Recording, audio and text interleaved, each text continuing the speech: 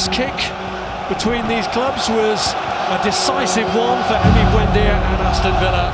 And the first kick here, what path will this game take us on in the Premier League game of snakes and ladders? Villa looking to go level with Arsenal tonight.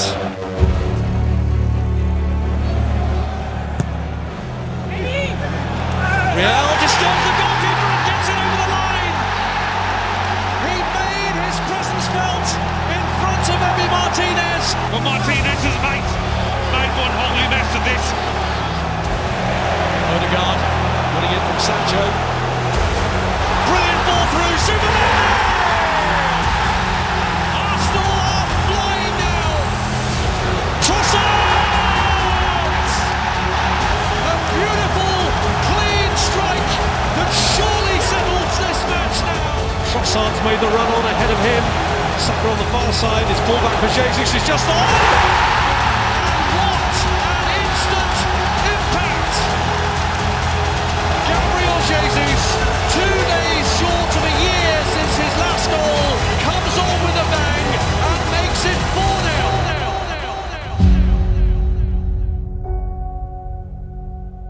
4-0. It's a rattle! Wakey, wakey! Hello and welcome to a brand new Arseblog Arsecast right here on arseblog.com. How are you? Hope you're well.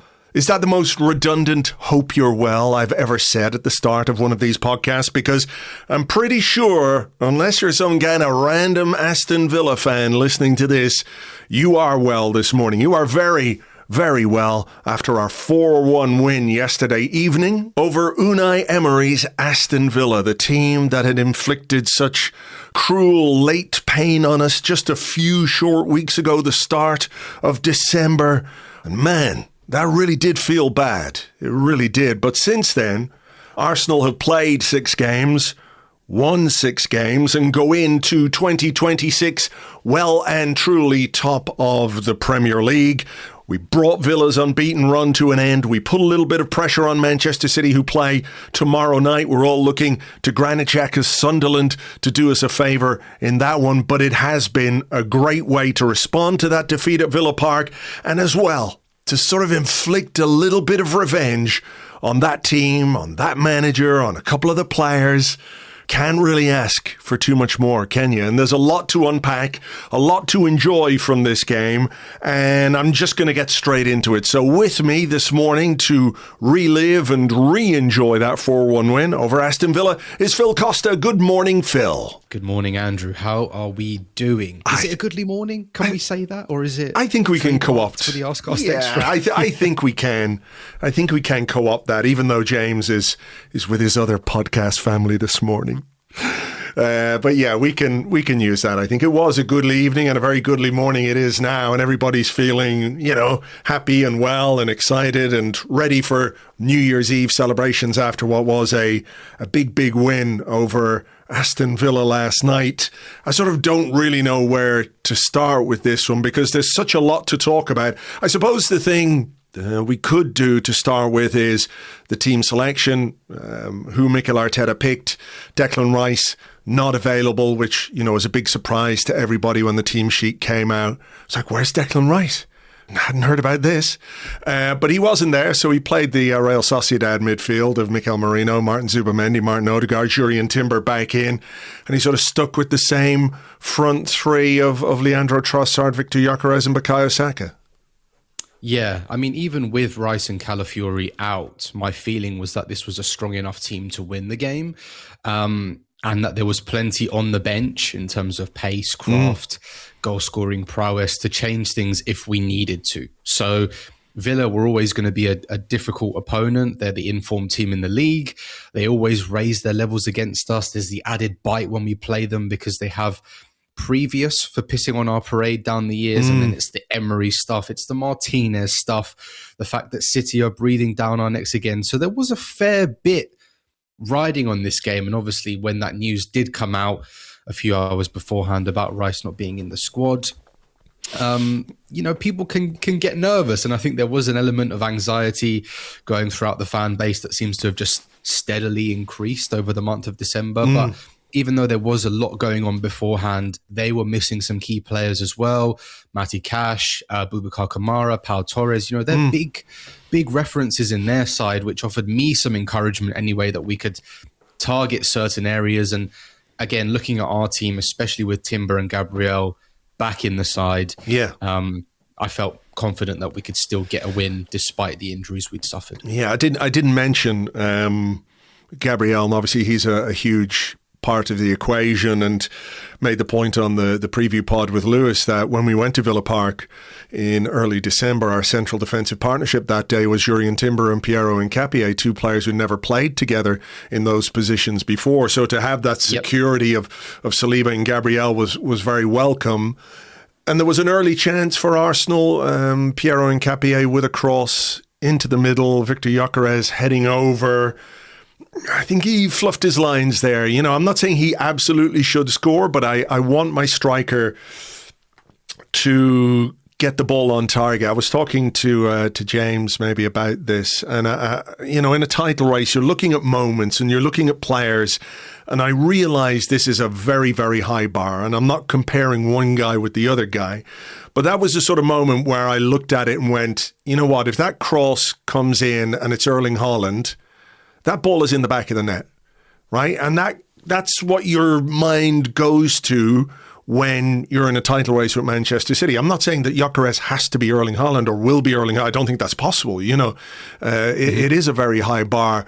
But, that moment early in the game, and then particularly what followed it, I think, was a weird spell where it felt like we were in the 85th minute of a game because it got so open and stretched. And I couldn't help but think, we could have calmed the nerves with an early goal there. So what was your take on that chance and how the following few minutes played out? I think that's fair.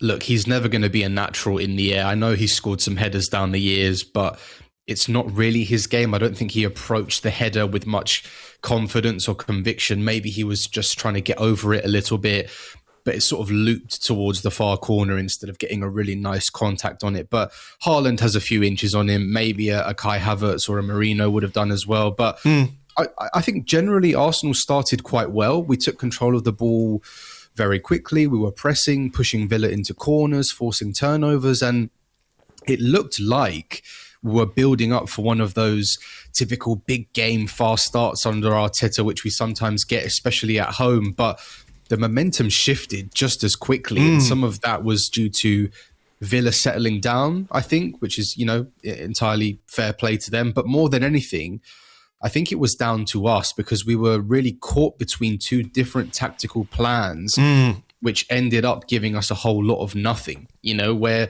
we know what Villa are good at. We know what they like to do. And even with their absences, you can see the running power of Amadou Onana, Morgan Rogers, just tearing through open space, central space that we're not accustomed to seeing as Arsenal fans because that's not what we do. So maybe the early chance would have sort of had a different impact on the game, but it was quite simple in my mind that as a team, we were caught between looking to press and squeeze the game and also taking control of possession and building in a slower, more measured way, which meant our distances were off. Some players were playing at a different pace to others. Others were more advanced. It didn't feel right. It became way too disjointed. And then all of a sudden, they were just getting through with every pass, every run. And I thought, oh, God, this is not what we're used to watching. No, not at all. I think what was interesting was the fact that Villa, as we push forward, as you said, to try and win the ball high up the pitch and to squeeze them, Villa always left two men ahead of our attacking line and in front of what was left of the back four. And usually it was just two players, which is where they got some success. The Onana one where he got into the box, then tried to buy a penalty. I think he really could have done better there. There was another one. Should have been a yellow card and a free kick, by the way. Yeah, not a corner. Yeah. Yeah, I don't know how that was just overlooked. I don't think we can complain too much about the refereeing decisions. We'll come to that in a moment.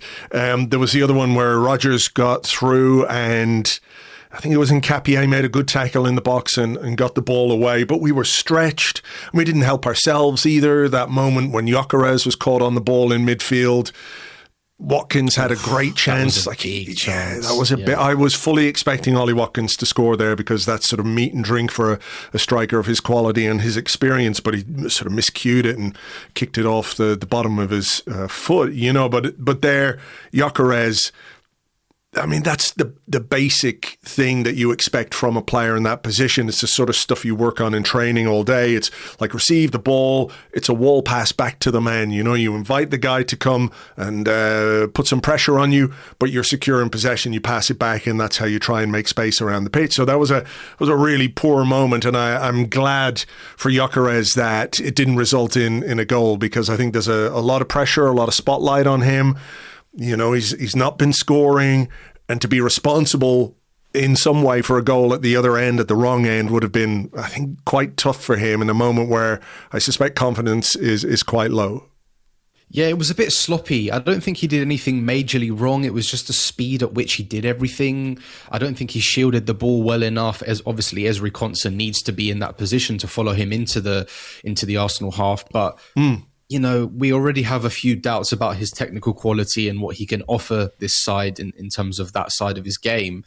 It was just not a very good moment. He wasn't sharp enough. It's an easy ball back to the centre-back. And, he was at the centre of things yesterday. I mean, I think after 25 minutes, he only had one touch, which was the header that he put over. So, not great. And we also disagreed a little bit last night, chatting through the game on WhatsApp about Mikel Merino. I thought he struggled in the first half, not because he did anything majorly wrong on an individual level, even though I thought he was a bit clunky in possession at times, but mostly because he was standing in the wrong areas. He was way too advanced. He was looking to play close to Gyökeres and counter press, which left way too much space in midfield. If he can snap into a challenge, great.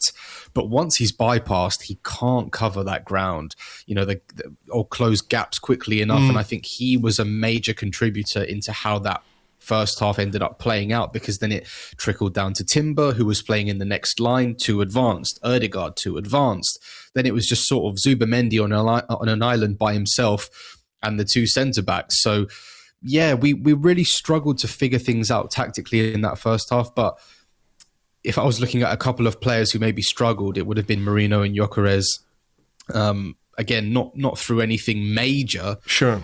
Because their moments, few and far between, when they were in the game, were not really at the level required. Well, I think, I've gone back and rewatched bits of that this morning, and I think you're right, but I also think there was an adjustment on the part of Mikel Arteta and Mikel Merino, dropping him a little bit deeper, and that seemed to stem that tide of the ball coming through the middle. When Onana went down. Yeah, exactly. More or less. Yeah. It gave the manager a chance to sort of hand out some instructions on the sidelines. I'm sure people have seen the Gary Lineker stuff on Gyökeres this week as well, where he's talking about movement and the movement, for example, of Dominic Calvert-Lewin. When he scored a goal for Leeds at the weekend, he says, he needs to see more of that from Victor Gyökeres. So I guess it's pleasing that we actually did see a bit of that from him with that second chance. Yep. It's a more difficult chance, I think, than it looks. Just needed to be a slightly more finessed header inside the post. But I was encouraged by that moment where he did gamble on where the ball was going to go. He did make the movement across the defender, and he did get there first. It wasn't too far wide as well. So that was a moment as well where I think, having had that period to adjust and to sort of stem the tide and to let the game settle down again, that, Gyökeres did at least cause some danger in that sense. Yeah, that was a good bit of play. Sometimes you need to be proactive in the penalty box. Sometimes you need to keep defenders guessing, and I think too often this season they've known where he's been, they've known what kind of movement he wants to make. He's been too easy to marshal away from goal, but that was sharp, proactive centre forward play, right? Which is what we need from him, which is what we want from him. It's a difficult header to execute. But I liked that he gambled, because Conte lost him in that moment as well, which didn't happen much in the first half. So yeah, that was definitely an encouraging moment. I just thought we lacked a lot of fluency, and I will say they were allowed to run that game on their own terms, taking an age from every free kick, every stoppage, throw-ins, going down after challenges. You may as well have given Emi Martinez the whistle. because Darren England wasn't doing anything with his one. It reminded me of Newcastle coming to the Emirates that time when the ball was in play for about 2 minutes and Kieran Trippier was the one refereeing that day. I mean, turns out it was the same referee that day as it was last night, Darren England. Oh, wow. So I think he might have some previous for that. But again, I won't complain too much because I think he did us a big favour in the second half, although his moments to pick and choose dialogue with players. There was one moment where he sort of let a push from Onana go, and then he was speaking to Arteta. I don't know. I just thought it was a really weird first half in what he pulled up, what he let go, how happy he was to let Villa sit on the ball for like minutes on end. And the fact that there was only 3 minutes of injury time at the end of that first half was crazy. That's mad, because Onana was sitting on the ground for about 5 minutes when he was getting treatment. Yeah. So where it came from, and Bizarre. then I don't mind if Villa or any team, if they want to take an age over goal kicks, I don't mind if the referee then says, well, listen, I'm just going to add that time on, or at least a chunk of time which demonstrates that I've been aware of your time wasting in this game, if they add it on at the end. And listen, it's an irrelevance basically. But yeah, it's very strange or very difficult to square that kind of timekeeping with what we saw in that first half. And it was a weird kind of first half. Towards the end, there was a really important intervention from William Saliba to nick the ball away from Ollie Watkins at the back post. I know the flag went up, but I just think that might have been quite a nervy VAR check. It was very, very close. So Saliba, it won't go down as an intervention that shows up on his stats, but I think as a piece of defending, that could prove to be really, really important, because that's just before halftime. You concede a goal to that Villa team just before halftime. Listen, you've got the chance to regroup, and clearly the manager had plenty to say at the break, but that would absolutely take the wind out of your sails.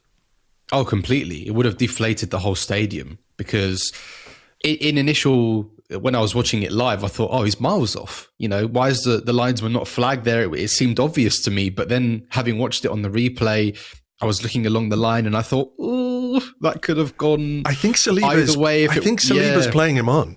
That really could have gone either way. I think it might have been just off, but I didn't want to take the risk. It's amazing defending because in those situations, how often do you see goalkeepers come out and clatter their defenders? The ball can bobble anywhere, but I think he took charge and just found an extra centimetre or two to flick that ball away from Watkins, who was already gearing up for the finish. When you see it in slow motion, he's just there to side tap it in. But yeah, there were a few moments like that, to be honest. And I'm not saying Villa deserved to be ahead, because it was fairly and relatively even, but in terms of the danger of their moments, they definitely created more than us. So it just needed a few tweaks, maybe get in at halftime, change a few things. He did. I don't know what he said. It wouldn't have surprised me if Arteta made a change, because something needed to make a change, but the way we came out was very impressive. And I think we can't overlook the absence of Onana coming out for the second half. He obviously did something. I think it was a hamstring injury and he couldn't carry on. Obviously, McGinn, we know all about him, but just that level of presence and running power in midfield would have been difficult for them to match already without Boubacar Kamara.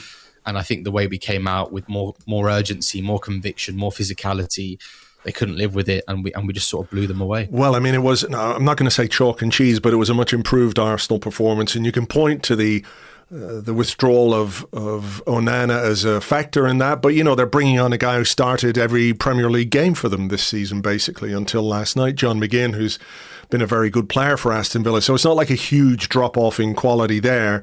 And I think Arsenal actually deserve the credit for really turning things around in the second half, in terms of the performance, in terms of the intensity, in terms of, how the mentality, whatever you want to call it. I think it was a nice little combination down the right. Saka, Gyökeres, Timber led to the corner. And not for the first time, a corner is what cracked this game open for Arsenal. It's made the more sweet by the fact that, we had a helping hand from a certain man. And what I love about this goal, and maybe people won't have heard it, but on the commentary, on the TV footage, you can hear Emi Martinez call for the ball just after it's kicked. Here's the little clip. Again. Decisive goalkeeping from Emi Martinez. Oh, whoops. What's happened here? I mean, he's just soft. He goes to catch it. He doesn't. There's no foul from Gabriel. The ball rolls down Gabriel into the back of the net. Emi Martinez does the thing that every goalkeeper does in that situation and pretends like he's been fouled, but he hasn't been. Villa appeal for a foul. There's no foul in there. It's just really, really soft goalkeeping. Yeah, completely. Why do all these giant goalkeepers have such an inferiority complex when they go for crosses in the box? Donnarumma does it. Emi Martinez does it. You can't claim a foul there. He's the one pulling Gabriel's shirt before the ball comes in. And, you know, there were all these screenshots going around today of Gabriel elbowing him in the face. It's nonsense. You've just caught a clip where you've timed it perfectly to catch his arm there. There's not even any contact. I'm sorry. You are 6'5" and you can use your hands. That's just the biggest advantage you can get on a football pitch. Mm-hmm. And he's blown it. He tried to catch the ball. Just come and punch it clear, mate. And the fact that he's on his haunches, running to the referee, not having any of it, I'm sorry, that's just embarrassing. And not for the first time this season. The Villa fans are not happy with him because it's happened away at Burnley, it's happened away at Leeds, it's happened now against Arsenal. So maybe this is a thing they need to fix, or teams will target it more. And obviously, we know that Gabriel is a unique set-piece threat, right? I mean, can we just talk about him for a second? Sure. Because how much better do we all feel with this man back in the team? I mean, I certainly know how I feel.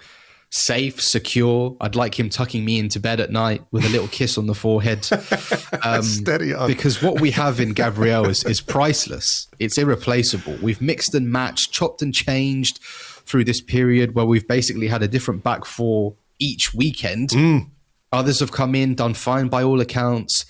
But Big Gabby is Big Gabby, right? And the presence and physicality he offers in both boxes is totally unique. The bravery, the way he's willing to put his head in front of shots that are flying towards the top corner or next to boots flying in from crosses, the way he unsettles defenses and goalkeepers from set pieces. He's like got this Iron Robin-esque quality to him in that we all know it's going to happen, but knowing about it and stopping it are two very different things. And I just think his overall impact on the back line as its emotional leader, its organizer, are so important. And to come straight back into a game of this magnitude after 6 weeks out and 20 odd minutes against Brighton, and to play like that, I just think it's so silly. Yeah. I mean, 6 weeks out that Mikel Arteta said should have been 8 weeks, but he's back sooner, and that's probably why he ended up sort of having a bit of cramp towards the end. I mean, I absolutely take your point. I agree with you completely about Gabriel and the presence that he brings. And, you know, I'm reminded, I think, of how ever-present he and William Saliba were in previous title challenges, right? Maybe not last season so much as the one before, and obviously he had the big injury last season as well, so he missed a huge chunk. But 23-24, I think they basically played every game together. They were so fundamental to this team and this defence and the way that it played. And I think we also have to recognise that while it's brilliant to have him back, and it absolutely is brilliant to have him back, and I think it's important that we get those two into a kind of groove together, we also have to recognise and give some credit to the sort of mix and match back fours that we've been putting together that have enabled us to win as many games as we have and to be top of the league. Like, those players deserve a lot of credit. You know, Gabriel is like a totem. He absolutely is. He's a massive, massive presence and a big leader, and he's a first name on the team sheet kind of player. But I think when he comes back and he does that, you also have to step back a bit and say, hey, listen, it's not been easy for Piero Hincapié coming in and playing at centre half when he's been mostly playing as sort of a left back or a left wing back previously at Bayer Leverkusen. Christian Mosquera, who's come in, sure, you know, Timber, White when he's played, Calafiori when he's played. You know, I think this group of players deal with adversity in a really positive way for the most part. It's not always easy for us to look at it, but I think they deserve some kudos as well. But yeah, having him back and opening the scoring and doing what he does, the inevitability of it as well, love it. Absolutely love it, you know? It's just such a strange phenomenon to watch him in those situations, because there is a sense of inevitability to him. And I know there's been goal-scoring defenders in the past, Sergio Ramos, John Terry, try not to gag too much, but he does have an aura, a presence about him in either box. And I think, you know, having him standing alongside his mate Saliba on the halfway line just makes us all feel different. The fans, the team, the opposition. You know, to quote Kendrick Lamar, you can't fake influence, and he's got it in abundance. But yeah, completely agree with your point. You know, there's been an irony about the squad that we've built this year, because I think our injury situation has been worse than what we had to face last year, and it just feels so typical that we've managed to build this squad, and we're having to deal with way more than what we had to deal with last season. But without these guys, we wouldn't still be first in the Premier League and first in the Champions League. So I absolutely take your point and agree that they've all played a big role in keeping us there for him to come back. You know? So having seen Aston Villa go behind and come back to win quite often this season, I was quite anxious. Despite the fact we'd gone ahead, which was obviously great, I was really hoping that we might get another goal sooner rather than later, and it came quite soon, only 5 minutes after the opening goal. Martin Odegaard had given the ball away, Villa got it back, but Odegaard won it back, drove through and played like just the perfectly weighted Odegaard pass, that pass you know that he can produce, and that we haven't maybe seen enough of from him in recent times. But I said this after, who did we play in the last game? Brighton. You know, Brighton. It looks to me like we're beginning to see Martin Odegaard find some form again, some fluency in his game, some rhythm in his game, because he's been available and he's been playing. So it was really, really great to see him last night. Not put it on a plate for Martin Zubimendi, because I think the finish is more difficult than it looks, but he took it very, very well, and it's just a great piece of play. It's a brilliant goal. Like you said, Sancho's sleeping, Odegaard comes in and picks his pocket, and I think... Have you ever played like Score Hero or Jumpers for Goalposts or something like that, where you've got 3 options and the time's slowing down and you need to choose which one's going to be the right one? I think he had Trossard to his left, Saka to his right, Gyökeres was somewhere in there as well. And time just slowed down and he found the timing of the pass perfectly, the weight of the pass perfectly. I loved the run as well from Zubimendi, because I think he recognized in that moment that there was a gap to be filled. And I agree about Odegaard. He is starting to look like himself again. The recent discourse around him, for me, had ballooned into something ridiculous and had somehow gone from a sort of fair point about his return and role in the team, maybe his impact on our balance, to him suddenly being at fault for everything. That was bad about an injury hit Arsenal, and it went way overboard. And I just didn't like how he was sort of becoming the lightning rod for others' performances. For example, Gyökeres not getting enough service, him stepping on Zubimendi's toes. I didn't understand it. And in this particular game, he was doing all the usual Odegaard stuff, dropping deep to get the ball, combining well with Saka, neat little touches in midfield and flicks around the corner. But what made me happy were the things returning to his game that we haven't seen in a little while. His ability to orchestrate the press. He looks confident in his body again. He looks dangerous in central areas. He took 5 shots yesterday, all of which were struck with real force and intention behind them, more conviction in his final ball, a decisiveness. There wasn't any spinning and turning into traffic, taking extra touches that make you lose opportunities in the final third. He was really decisive, and it's been a tough year for him, right? He's been a single point of failure for most of his Arsenal career, and I think in his absence, others have stepped up, as you would hope. Raya, Gabriel, Rice, Saka, maybe even Trossard, who we can touch on later. But there's no reason why he can't push himself into that bracket of players again. And Brighton was a nice reminder of what he can do. Last night was again another reminder of his quality. And I thought in that second half, we saw it in a microcosm in the lead up to the second goal. There's so much quality in this player, you know, so just give him a chance to get back from injury. He will find him at full speed. And I thought it was interesting that there was no Rice there yesterday and how he did enjoy stepping up in that second half. So yeah, really good. I'm happy that he he's feeling more confident and decisive in those areas because we need him. So, I can't disagree with anything you've said there about Martin Odegaard, that some players are given leeway when they return from injury and other players are expected to perform at their highest level when they return from injury, and it doesn't always make sense. And, if Martin Odegaard returns to his best form, Arsenal have a much better chance of winning the Premier League this season. So let's hope that trajectory from him continues. Now, 2-0 up, everything's all right, everything's looking good. Then there is a foul by Mikel Merino in midfield, which, I won't lie, had me clenching on my sofa watching this game. I think 9 times out of 10, that's a yellow card. And given that he was already booked, it would have been a second yellow card. So I think we kind of got away with one a bit there.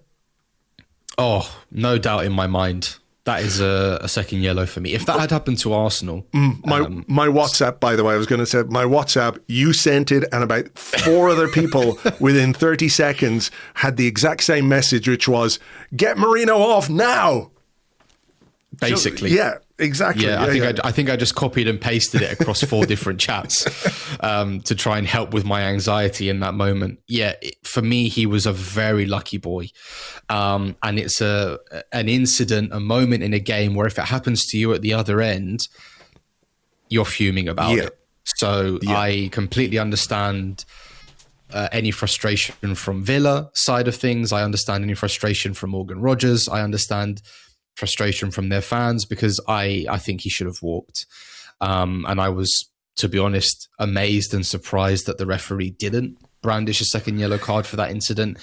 And absolutely my first thought in that moment was get him off. Bring on Uncle Norginho, as I like to call him now. Norginho. He needed to come on in that moment and give us a bit more balance because even though Villa looked shell-shocked by that moment, all it takes is one moment like that. And 10 men with 20 odd minutes to go against a team who have a, penchant for coming back from behind, didn't want any of that. So, I think he should have come off ASAP. Well, they did get him off. And actually, I'm just thinking that there were actually a couple of fouls by Bukayo Saka in the first half where there was one in particular. Cynical trips. Like he just sort of stuck a leg out and tripped the guy up as Villa were going to break, and ref gave a free kick. But again, that's a yellow card. I don't want Bukayo Saka to get booked, but I was really surprised that he didn't get one because the second one was even more cynical than the first one, and maybe one you get away with. But the ref let him away with 2 there.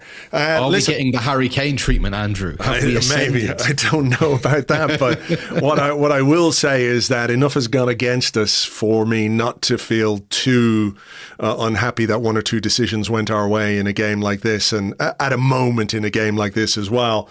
But look, I think Arsenal had other chances to score. Jurriën Timber, the ball broke to him from a corner. He just sort of stuck a foot out, and it was probably more difficult to put it over the bar than it was to score in that moment. There was an Odegaard shot as well. Odegaard had a shot just wide. Martinez made a save. And then there was a break, wasn't there, where we played some nice football. And actually, I think probably lost in the anxiety of the last few weeks, and maybe the joy of last night and just simply winning 4-1 against a team like Villa is I'm seeing signs that our football, there are moves being created. There's a fluency, a little bit of attacking rhythm that hasn't been there as often as we would like this season. I think, the move for Nkapie where Odegaard plays it outside to him and he just sort of falls over. Sniper in the crowd. Yeah, sniper in the crowd. Yeah, he just went over. It was like, oh, what the fuck? But that was a period of the game, I think, where Arsenal again were very dominant and could easily have scored before we got that third goal. Definitely. What I liked about the second half in particular was our ability to squeeze the pitch, and I think everybody played their role in doing that, but particularly Gabriel and Nkapie coming out of their positions, very aggressive, looking to win those second balls early, and it just pushes everybody 5 or 10 yards further forward. And then you're playing in areas where we feel more comfortable and Villa feel less comfortable. So as the time went on, you could see that Villa were making more mistakes. They didn't have the outballs that they had in the first half. They didn't have the space to run into that they had in the first half. And it was just, that's how you play a team like Villa, especially in a game where there's a bit of bite to it, a bit of needle. You need to be physical. And we just lacked a bit of that in the first half because our distances were so off. But I think it was almost like the snap of a finger. The distances, second half, straight away, distances much better. We were much closer to them, snapping into tackles and challenges, not giving them time to settle. And in that period where maybe between the second and third goal, they were really sort of under pressure and shell-shocked and they didn't know what to do. So it could have been more before the third. To be honest, we didn't see any replays of it. I thought we should have had a penalty.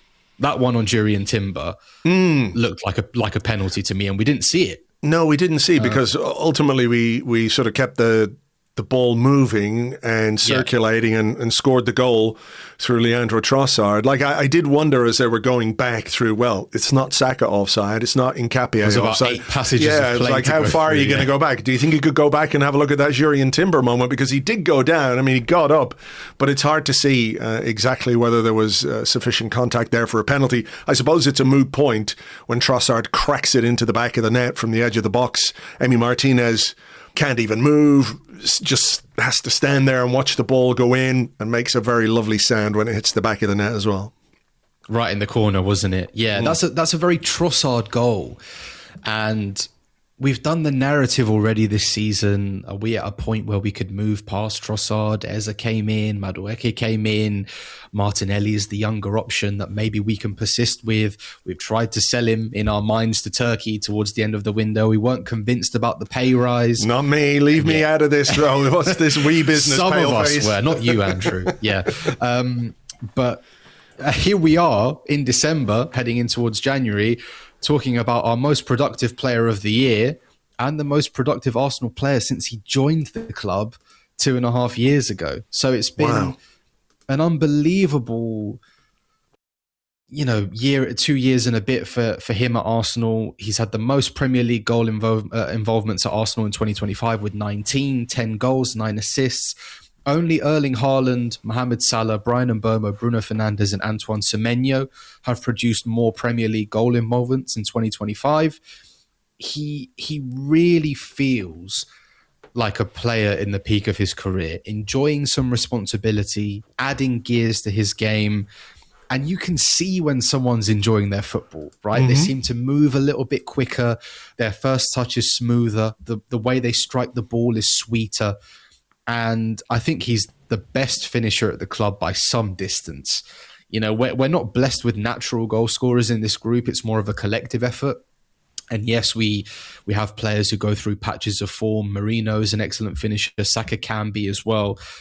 Trossard's streets ahead of everyone in that department. And when you need someone to just slow their heart rate down a bit, hit the ball cleanly off either foot, by the way, pick out the corners, he does it better than anyone. But I've been so impressed with his all-round game since the start of this season. Not just his output, which has been so important, but I think his overall performance levels, tracking back, defending, his creativity has gone up as well. His technical security has gone up. I just think he's playing at such a high level, and it's a credit to him because we were already, not all of us, we were ready to move past him, I think, in some quarters. No, I think what we're seeing is a really, really intelligent footballer who's taken a step forward in his career, in his level since he joined from Brighton.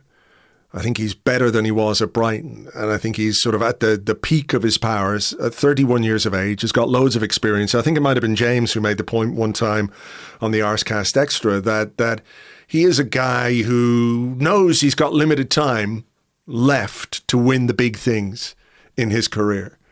And maybe that's playing a part in this. It's hard to come to grips with all the intangibles. Why is this player in such good form over such a period of time? But I think it just boils down to that. He's really talented. He's really smart. He's very effective. And God, I don't want to jinx him or anything. I'm going to touch all the wood here, but generally speaking, he's very available to Arsenal, So he plays a lot, and that really helps. And I think obviously that finish then for his goal was really good. They did try and find a billion offsides, but couldn't do it. So the goal stood.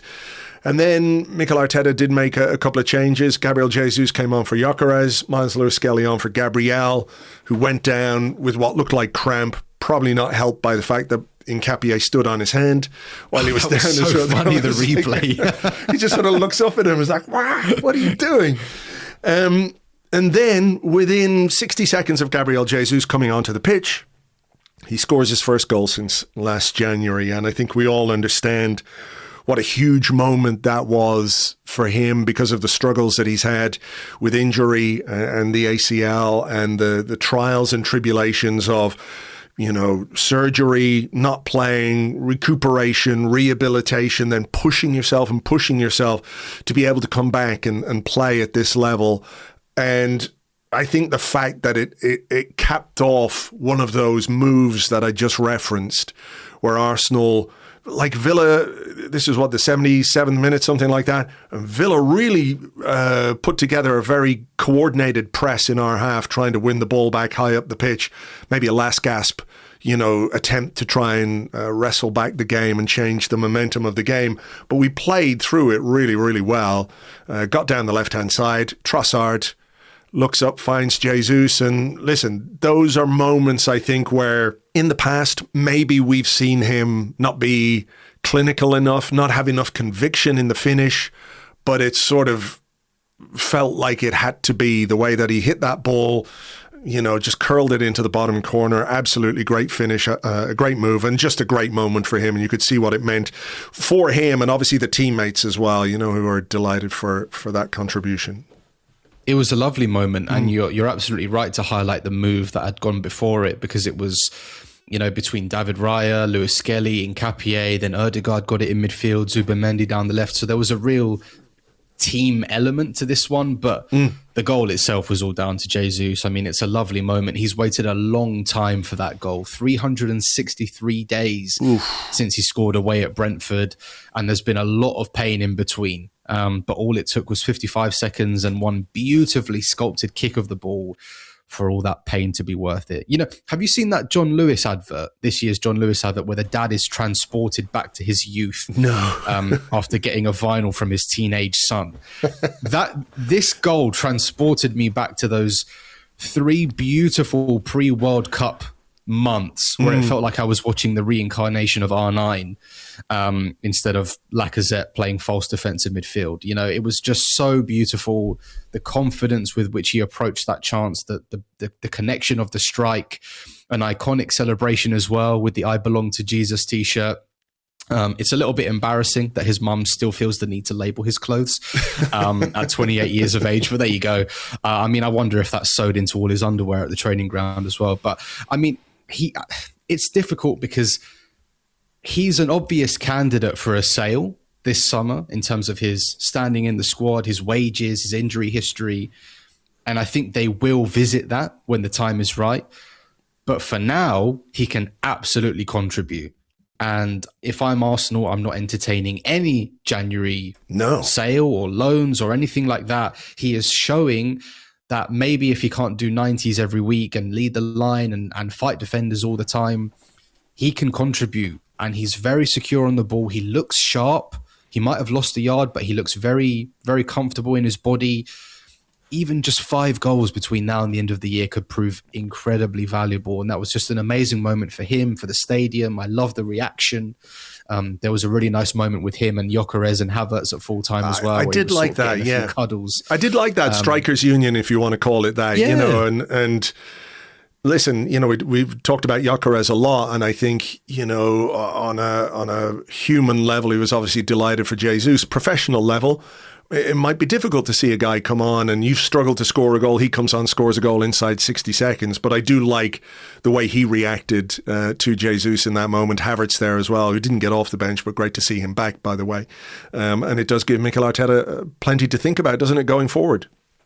Definitely. Good to see Ben White back as well. Another one ahead of schedule. look, we need options. It's going to be a long, hard season. There's going to be games where we need to rotate. There's going to be games on Wednesday, then on Saturday, then on Tuesday, then on Sunday. It's going to be non-stop.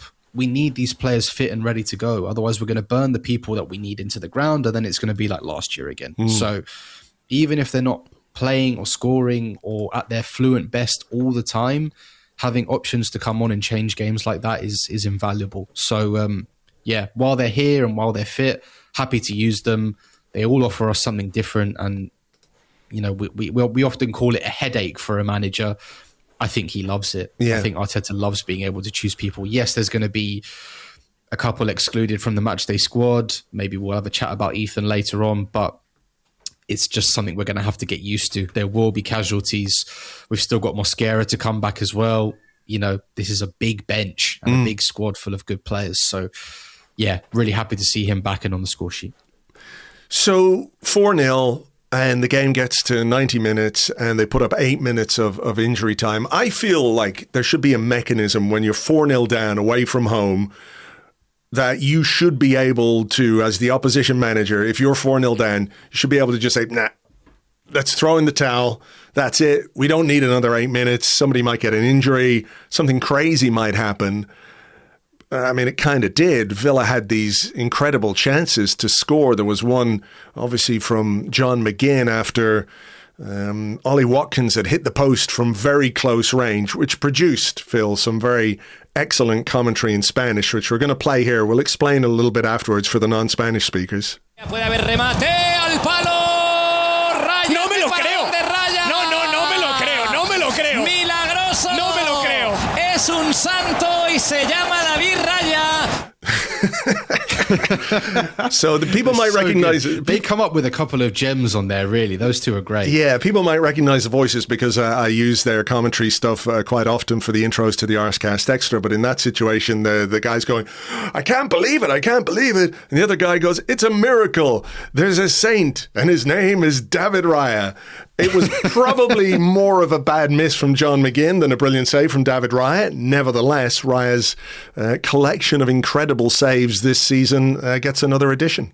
Oh, yeah, cat-like reflexes to get up, because it's actually a really good header initially from Watkins, sort of moving away from the goalkeeper onto the post. Like the one he scored against Chelsea the other day. Exactly, yeah, but he has to get up very quickly. I agree. John McGinn, he's 3 yards in front of the goal. He has the whole goal to aim at, apart from the place where David Raya is standing, and he kicks it straight at him. But look, fair play to get up and be ready for anything that comes at you again. Some great commentary, another save for the highlight reel. There was one going around on socials this week, and you see saves, you remember saves from various points of the season, and you just think, God, he's been playing at such a good level. He doesn't get a long time now. Exactly. He doesn't get any credit for it. It's not that he doesn't get any credit. I think it's one of those things that people tend to talk about other positions, and they'll talk about injuries and they'll talk about the striker situation, and we've just sort of accepted that in David Raya we have an outstanding goalkeeper who's producing incredible saves. That video that you mentioned, by the way, there's just some unbelievable saves in there. Like, I'd forgotten a few of them. The one against Olympiacos, I'd forgotten completely about. It was 1-0. Kevin Schade. Yeah, the Schade one. Yeah, some really, really good saves. So maybe, we'll doff our caps a little bit to David Raya for that save more than criticise John McGinn. When you're carrying an arse around that heavy, sometimes it's not easy to find your balance in front of goal. The hip mobility is not always there. Yeah, exactly. Nevertheless, they did get a goal. A bit fortunate, I guess. Saliba sort of gets a touch on the ball. I think we can probably defend that situation a little bit better. And Raya, I'm sure, delighted with the 3 points, probably just a little unhappy that we didn't get the clean sheet, but it's a very small blot on the copybook of last night. Yeah, he might have lost a few quid based on that goal, I think, in terms of clean sheet bonuses, but it's not a great one. I understand that your levels drop in injury time when you're 4-0 up, but the way Donyell Malen just sort of wriggles through a little bit, Saliba gets a toe on the ball, it squeezes through Raya, then Lewis Skelly's falling a bit asleep at the back post. It's just a collection of small things that ended up leading to the goal. I don't think there's anything egregious. from anybody, but it's just, 4-0 would have been much nicer than 4-1. But at the end of the day, the game was already done at that point. Half of their away end was empty. And look, we know Ollie Watkins is an Arsenal fan, so he's allowed a birthday goal at Emirates Stadium. He was a bit crotchety last night, wasn't he? He seems like got a into nice a few guy. bits and pieces with Gabriel. There was one with Zubimendi as well. Didn't he get booked for dissent? He did. And who did I see? It could have been Orbinho. Let me just see. I think it was Orbinho. I'm just going to look it up here. Yeah, Orbinho says, on Blue Sky, he says, I don't know if you could see it on TV, but from the Emirates West Stand, I spent much of the last 15 minutes watching Ollie Watkins constantly pinching Nkapie on his arms and back every few seconds. I'm pretty sure he wouldn't have been doing that to Gabriel. What was wrong with him? It was his birthday. Maybe he didn't get a good gift on his birthday. That wasn't very birthday of you, Arsenal Football Club. Yeah, look, if he thinks a bit of pinching and kicking is going to bother someone who grew up in Ecuador, who's played in the Copa Libertadores, I've got something else for you, mate. Because that won't have the slightest impact. He did seem a bit on edge, to be honest. Not unlike some of his other teammates or his manager. Oh, we're going there now, are we? Okay. Because there were some interesting scenes at full time. There were. Can we play the clip of... Let me play the clip of Unai Emery talking to Sky Sports, and he was asked about the lack of a handshake between himself and Mikel Arteta. Yes, I was waiting for him, but he was with his coaches, and always my routine is go with the first one with the opponent coach, shake hand, and then go with or inside or with my coaches. But firstly, always is to go with the opponent coach. If he's not doing the same rule, I can't wait. Because he was cold. He was too cold to wait. Listen, you know what? I think that sometimes the handshake between managers thing is completely overblown, completely over-indexed. If a manager doesn't want to shake hands with another manager, that's fine. Who gives a fuck, really? But what I think is just weird and bizarre about this situation is that he says, I always go over to shake hands with the opposition coach, and the footage, my friend, tells a very different story. He turned, had a look, and went straight down the tunnel. He did not wait at all. And I also think, despite the fact that I do think the handshake thing is a bit overblown, that if Mikel Arteta, after we lost that game at Villa Park, can adhere to that protocol, if you want to call it that, in a moment where you would have had, it would have been easy for him to fuck off down the tunnel. If Mikel Arteta can do it there in those circumstances, I think it's really poor form from Emery not to do it last night. Not to mention as well, what you see from Mikel Arteta in those moments at the end of a game where we lost and we were away from home, he did take the time to shake the hand of Unai Emery, but also acknowledge the Arsenal fans who had travelled all the way to Villa Park, and Unai Emery pisses off down the tunnel after his team gets a spanking and doesn't have any moments for the fans as well. So I think it's pretty lame from Emery in that sense. Yeah, not a good look. And I think his head was gone in that moment. There were a few times the camera panned to him in the second half and he was just confused, shocked, disappointed about what he'd been watching. I think maybe in his head he'd built this up as a night where he could really announce himself in terms of this title race and upset Arsenal again, come back to the ground that held, some good memories, but also some bad memories. I think the excuse is pissy. That it was cold and you couldn't wait 3 seconds. Come on, man. We can all see it. And generally, I think Arteta has been very respectful to him. They're Basque buddies. He talks him up all the time. He's always very complimentary about what he's done and what he's been able to achieve in his career. So, yeah, the fact that he was sort of saying, what I do and what Mikel does is something very different. And it was just a bit... Yeah. Yeah, I mean, you can be upset, you can be frustrated, but that's just the bare minimum. Of course, exactly. Listen, if you don't want to shake hands as well, just say, I didn't feel like it. I just, I was in a bad mood. At least own it. Exactly. Yeah. Own it like a grown man, and don't try and point fingers at the other manager when, you're on fucking 8K HD in every fucking angle where they can see that you just pissed off down the tunnel. It's just strange behavior. But then I think he is, it's fair to say, a little bit of a strange man. Not that spoiled the enjoyment of anybody in that stadium last night. Emi Martinez, who had gone through, I'm sure people have seen the video, a very strange warm-up in the tunnel. Rigorous, yeah. Yeah, and just sort of, I don't know, he was on his haunches as all the subs and the staff were coming out, and people were looking at him going like, what's this guy? Gets into a bit of a beef with the Arsenal fans coming off as well.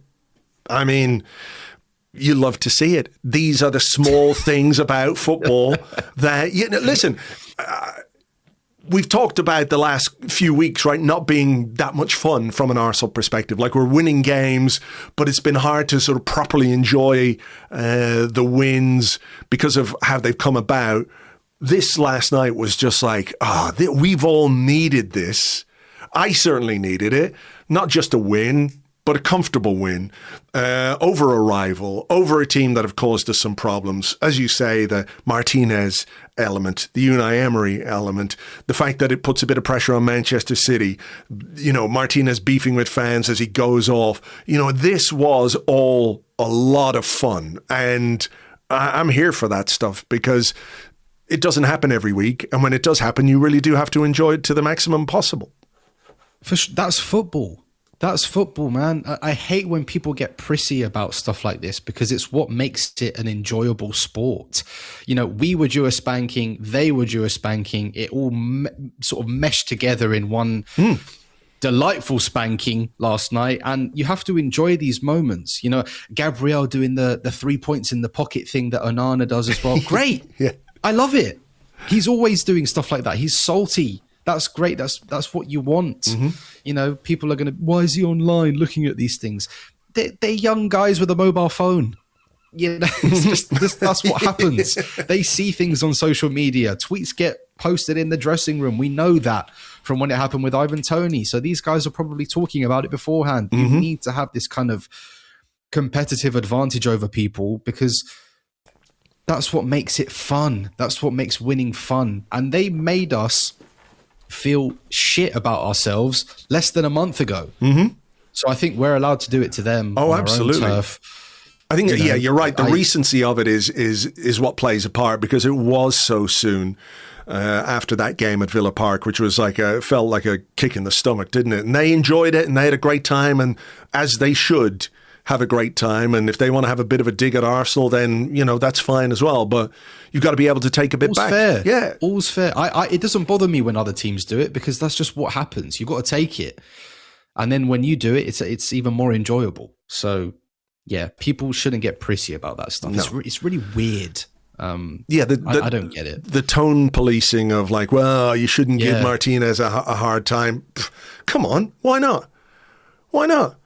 He's a former player. There's a bit of history. He was good for us. He helped us win an FA Cup. Thank you very much. And then since then, the relationship has gone in a different direction, right? That's what happens. That's life. And in 10 years' time, when he's retired, it'll probably be a little more calm and people will, or maybe he'll just be a pantomime villain forever. Who knows? But, there's no sort of there's no part of me that thinks, well, we need to be, more respectful of Emi Martinez because of blah. Come on. Get a grip. Get a grip. 3 points, top of the table, extend the lead over Manchester City. That's what we were all looking for when we went into this game. That was sort of the bare minimum of what was required from last night. And we did far more than the bare minimum. I think, just sort of quickly to wrap us up here, the idea that Arsenal could win this game and make a statement in doing so was that's the gold standard of what last night could have been for us. And I think we basically achieved that because there have been questions. There have been questions about our performances and questions about our ability and questions about the players we have missing and questions about this, that and the other.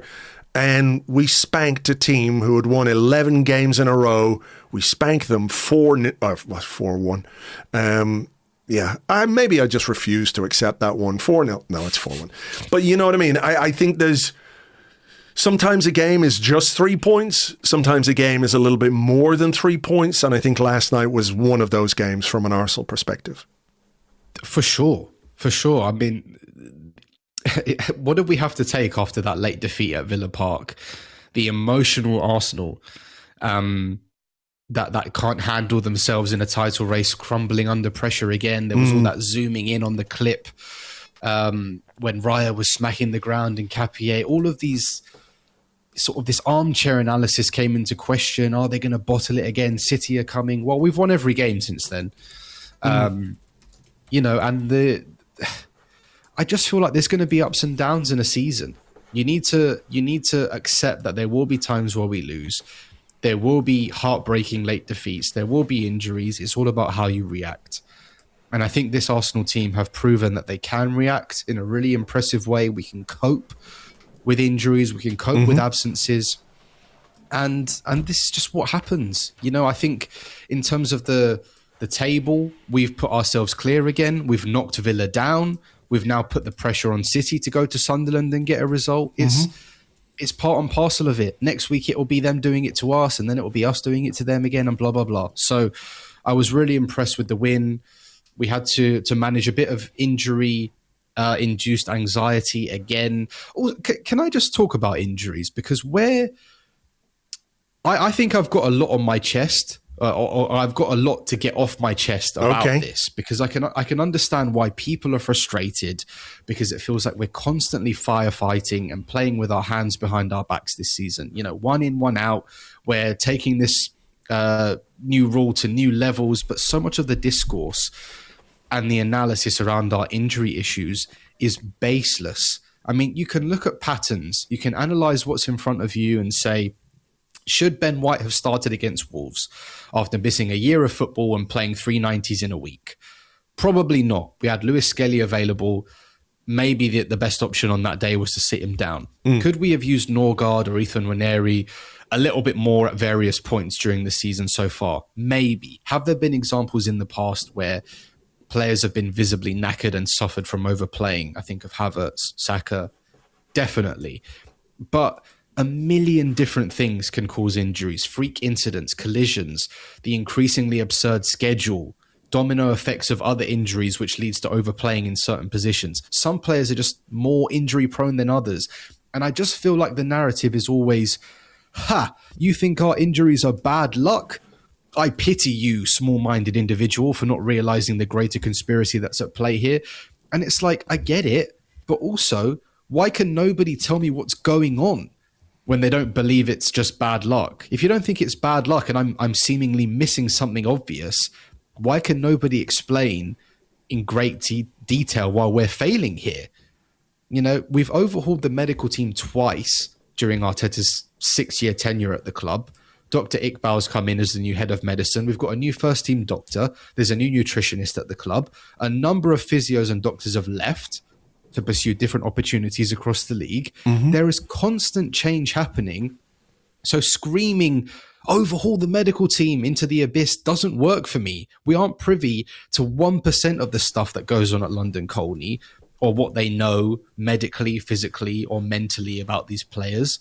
I don't get how people just hop onto it must be our fault, or Arteta's fault, or the medical team's fault. And I get the frustration, because it really feels constant at this point. But, you know, I find it hard to believe that a multi-billion-pound elite institution like Arsenal aren't doing everything they can to minimise these issues.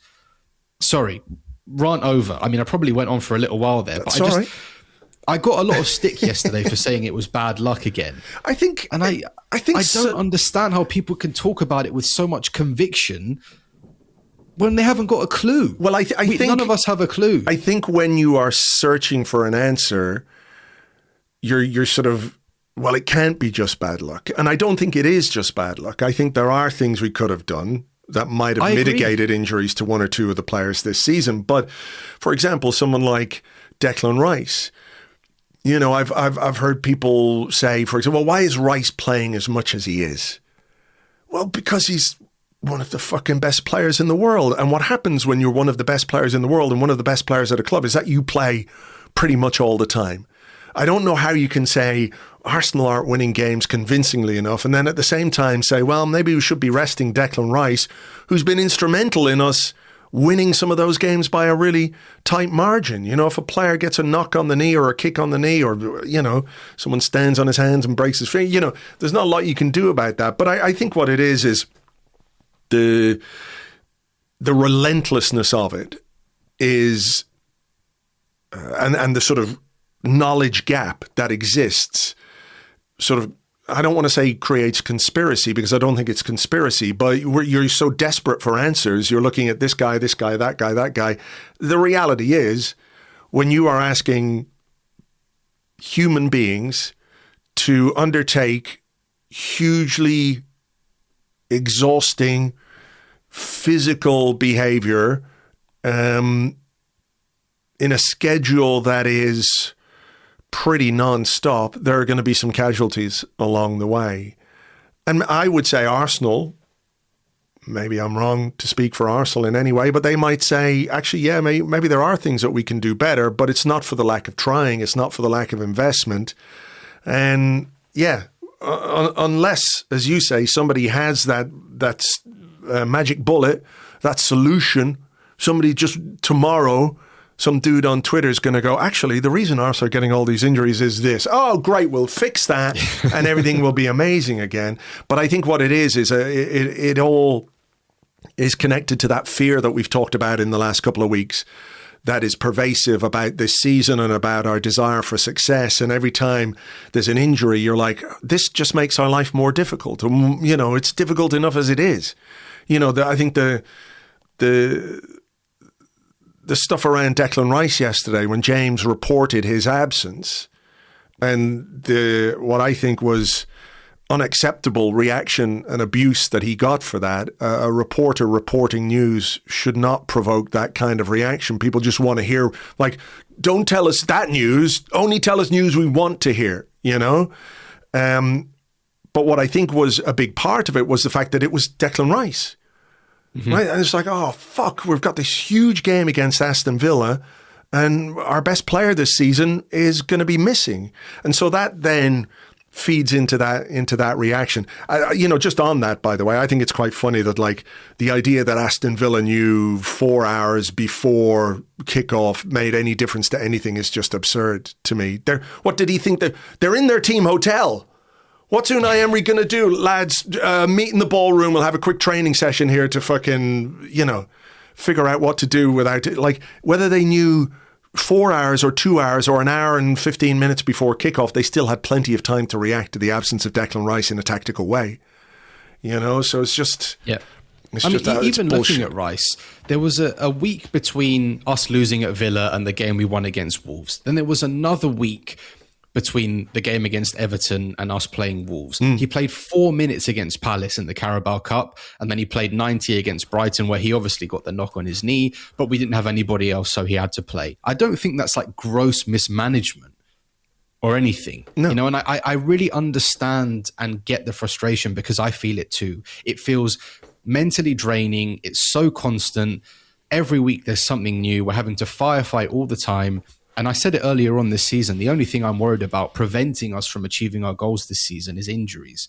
We can always scrutinize patterns and what we're seeing with team selections, how players are being managed with being, you know, with knocks or whatever. But I find it so difficult to get behind the conviction people speak about these things without having a clue of what goes on behind the scenes. You know, I think there's obviously more going on that we don't know about, and they are trying to sort it. I think generally our injury management has been very good this year. We're not taking risks with anybody. I think in another season or another time, Declan Rice plays last night and potentially aggravates an issue. I think we've been very patient with people coming back in terms of managing their minutes. Others have come back ahead of schedule. So I don't know. It's just something... I feel like it's criticism that gets leveled at people That is not fair, which is why it gets on my nerves. But again, I can understand where that comes from, which is a desperation and an anxiety to win, which is what we all have. So, all right. Yeah. Well, look, rant over from you. Glad. Sorry about that. That's okay. Glad you got that off your chest. I do think it's an interesting talking point as well, but we won't let it obscure what was a really good night for Arsenal, a really fun night for Arsenal, a really miserable night for Aston Villa, a really miserable night for Unai Emery, a miserable night for Emi Martinez. And those are things that we can take with us into 2026 in good spirits. So crack open the cava tonight, Phil. I wish you and yours a very, very happy new year, and thank you for being with us. Thank you. Happy New Year to you and to everyone listening. I hope I have a nice fizzy bottle of Emi Martinez tears to pour into a glass later with a smoked salmon Bellini. But yeah, really good win. I think when Arsenal sort of get into flow state like that, it's a joy to watch. And like I said, we were due a win like that. So just enjoy it. And see you in the new year. Thank you very much indeed to Phil. You can find him on Blue Sky. He is at philcosta.bsky.social. That's at philcosta.bsky.social. So that, folks, is that for 2025. Not a bad way to end the year. Not a bad place to be at the end of the year. Top of the table and in pretty good shape overall, I think it's fair to say. If someone had offered you this back in August, a minimum 2-point lead at the top of the table at the end of December, I think most people would have said, yeah, I quite fancy a bit of that. Second half of the season, it's going to get busy. It's going to get hectic. We've got so many games. January is mental with football, but I think we've shown that we can deal with adversity.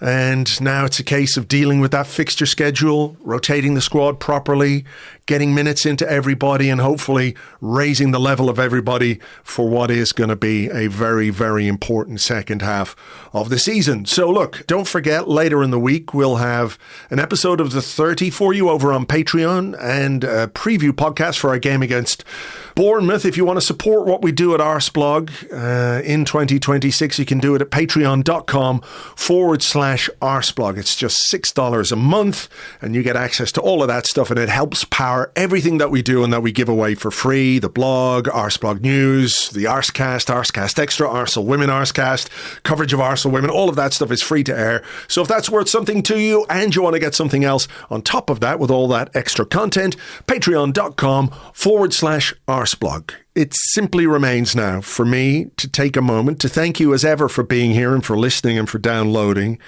to wish you and yours, wherever you are in the world, a very happy and healthy and peaceful new year. I hope it brings you everything you want, and I hope it brings you everything you deserve. And I hope as well that it brings us success collectively as a community, as Arsenal fans, when we get to May, and we've got something big to celebrate. So let's keep fingers crossed for all of that. For now, though, folks, take it easy. Thanks as ever, and we will catch you on the next one. Until then, cheers, bye-bye, and Happy New Year.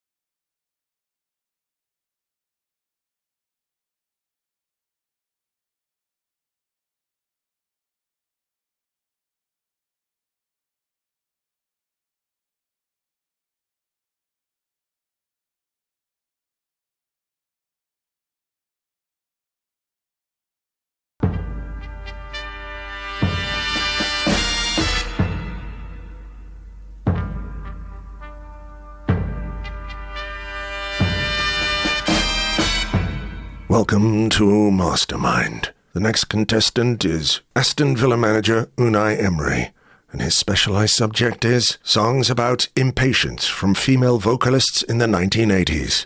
Your round begins now. Stevie Nicks had a number 16 hit on the Billboard Hot 100 with which song in 1985? I Can't Wait. Correct. American band New Shoes reached number 2 also in 1985 with which hit? I Can't Wait. Correct. And that strangely appears to be the end of your round, as if somebody was stretching a gag a bit too far. Mr. Emery, how do you feel? Cool. I am sorry, the BBC budget no longer allows us to put the heating on. You may retake your seat. Next contestant, whose specialized subject is karma. It's Emi Martinez.